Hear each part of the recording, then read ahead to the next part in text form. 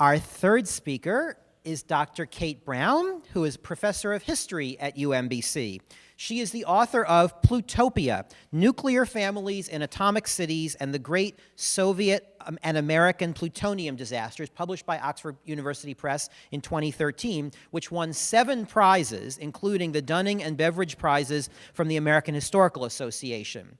Dr. Brown's previous book, A Biography of No Place, From Ethnic Borderland to Soviet Heartland, was awarded the American Historical Association's George Louis Beer Prize for the best book in international European history. Her most recent book, Dispatches from Dystopia, History of Places Not Yet Forgotten, was published in 2015. Professor Brown is the recipient of many fellowships, including from the John D. Guggenheim Foundation, the American Council of Learned Societies, and the National Endowment for the Humanities.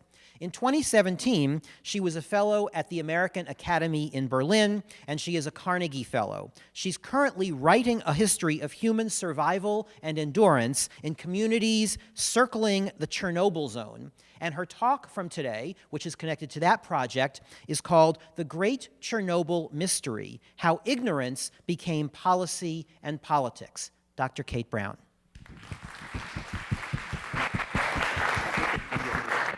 Thanks, Scott. So, I actually want to tell you about my summer holiday instead of all that stuff about radiation. As part of writing this book about Chernobyl, I went to the Chernobyl zone, and a big part of the zone, the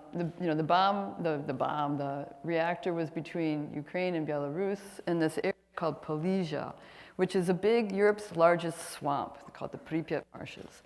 And right there in the middle of the swamp, they put these nuclear reactors, and reactor number 4 in 1986 blew up. And afterwards, a lot of people left. There was a lot of radiation, and people stayed. And so I went up to take a look at some of these communities in the summertime with my research assistant. And when I was heading up there, I thought, oh, this is going to be a really dreary trip. There's going to be a lot of people there who are, sad, elderly. The village is mostly depopulated. People are going to be gone. But what I found surprised me. There's, thriving communities, new housing starts, health clubs, hotels. And we asked, where's all the money coming from? This is the end of the world up here, and it's radioactive. And they said, berry picking. There were berry pickers everywhere. And that was this crazy thing, and we realized that there was a network set up, that they had people, these mostly women and children, are going into the forest and picking a big basket of berries every day, and you can see them here, and then they go out to the edge of the road. There's mostly women who are buying the berries. They have these vans, and they buy the berries, and then the people who have the vans drive them to warehouses, and then they process the berries, and then they go into Poland, and from Poland they enter the EU market. And so here's the buyers, and here are the pickers, and they have this network of vans that runs the pickers around if you need to get someplace far. And so we decided we'd go berry picking too. We'd go undercover berry picking. And so this is, in the middle here is Oya, my Ukrainian research assistant. And so we bought this berry picking basket, which is radioactive, from this guy here. He sold it to us for $5. And we went into the forest, and then we picked some berries. And then here I am successfully selling my berries to the middle woman. And so then, as we went into the forest, we met a lot of young people. And take a look at her lips, right? She's a 12-year-old, and she picks some berries and she puts them in the basket, and she picks other berries and she puts them into her mouth. So now this isn't a new thing. In this territory, there's not very good land for farming, and so a lot of people traditionally have used the forest products to subsist or survive in this area. They've been living off the forest products, these Polesians, forest products for the last 1,000 years, and even after 1986, they were told, don't pick the berries, don't pick the mushrooms. They still did, and they consumed these berries in their households. They sold them locally. What is new about what's going on now is the scale. It's been supersized. As of 2014, Ukraine has been exporting berries to Poland into the EU market, and now Ukraine has surpassed Canada as the biggest supplier of blueberries to Europe. They're at about 60,000 tons a year now, though the fruit lobby is not very happy to give me this information. It's a trade secret. So that's a lot of berries, right? And we went to the warehouse. We followed our berries with the wholesaler into the wholesale market. And this is a wholesale warehouse. And there's a very nice woman there who buys the berries. And before she buys the berries, she measures them. Because, they've been trying to revitalize this region for a long time. UN agencies came in and tried to revitalize it. And they've managed to do it now with this global trade of blueberries. But nobody would have thought selling blueberries was a very good idea, because blueberries and mushrooms, which they pick later in the fall, are really super efficient plants. And they're the ones that are most efficient in picking up radiation from the soils and delivering them to the fruits. Right? So they know these berries are going to be radioactive, and so she's measuring them out. And I went up to her and I said, so how many of these blueberries are radioactive? And she said, all the blueberries are radioactive, but some are really radioactive. Some are 3,000 becquerels a kilogram. I said, well, what's the permissible limit? She said 450. So she measured my berries, and she's got this little tiny mass spectrometer to do that. Right there. And our berries came in at 350. So she bought our berries. And, but I stood and watched, and the berries under 450 she put over here, and the berries over 450, and some of them could be 5 times over 450, she put over there. I said, so what are you going to do with those dirty berries? You're still buying them. And she sort of waved her hands, didn't answer, but the pickers told me, she said, well, they mix them, and then they get to an acceptable norm. The acceptable norm for Europe for wild organic blueberries is 1,250 becquerels a kilogram to enter the EU markets. They doubled it in 2016 from 600. So these berries freely go in, and if you just mix them, you get to an average, and then they freely go into the European markets. So in some ways, this is a good news story. They've been trying to, for the last 30 years since the accident, to economically revitalize this territory. UN agencies have come in to try to do it. International agencies have tried to do it, and they've failed. But these women and children pickers have made it happen with this human-powered resourcefulness. So economically, it's a good idea. What about biologically? That's a trickier question. The pickers, they were quite funny about it. They said, oh, you're from the West. You guys buy our wild organic blueberries, and we get back blueberry-flavored soda in exchange. And that was funny, right? Because they're talking about the traditional colonial exchange.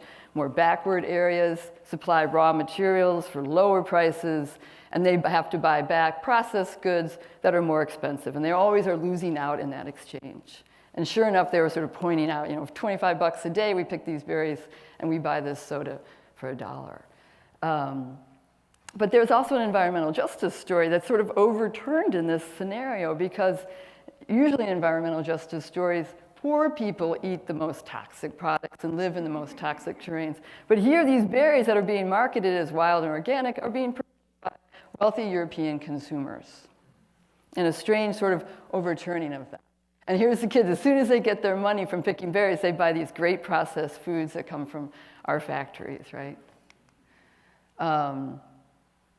But also, the question is how do Europeans feel about having a little bit of Chernobyl on their breakfast table each morning with their cereal? The strange thing I've found as I've done this Chernobyl research is there's been almost no research on the medical effects of long-term low doses of radiation.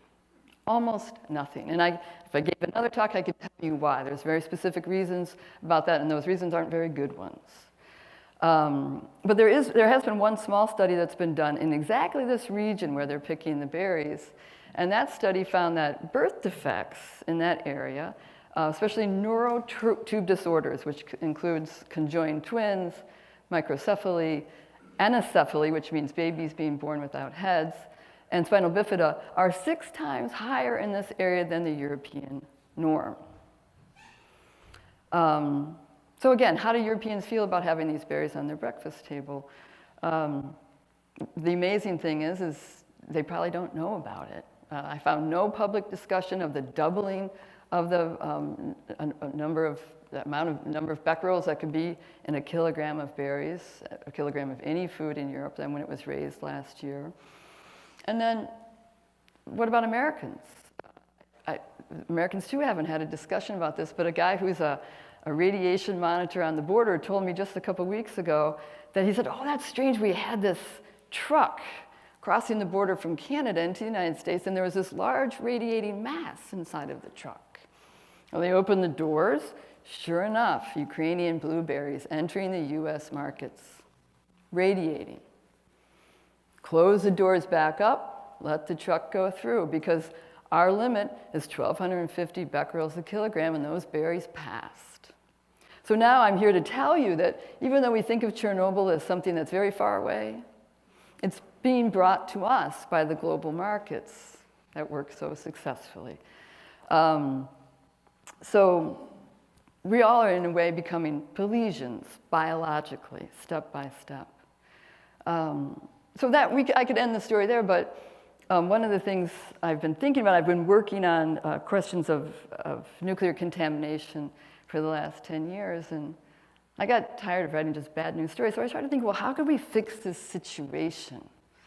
And I was thinking, you know, these berries and the mushrooms that they pick later in the season and export are so very good and efficient at soaking up radioactivity from the soils, from the surrounding environments, and placing them in the fruits.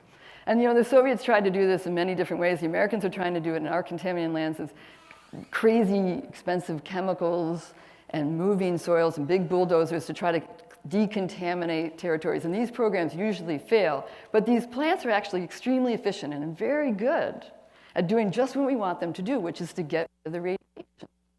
So what if we had a plant people conspiracy where we use these plants and we pay these pickers to go out, pay them $25 a day to pick a bunch of berries, and then we take the berries and dispose of them as radioactive waste, where they belong, not on our breakfast tables. And we do the same thing later in August when they pick cranberries, and in the fall when they pick mushrooms. And then you plant cabbages, also very efficient. And then all these end-of-the-world tourists who love to go to the Chernobyl zone, they might even pay to pick radioactive berries and dispose of them in radioactive waste, right? And that might be a better way of solving this problem than just pretending it's not happening. Thank you.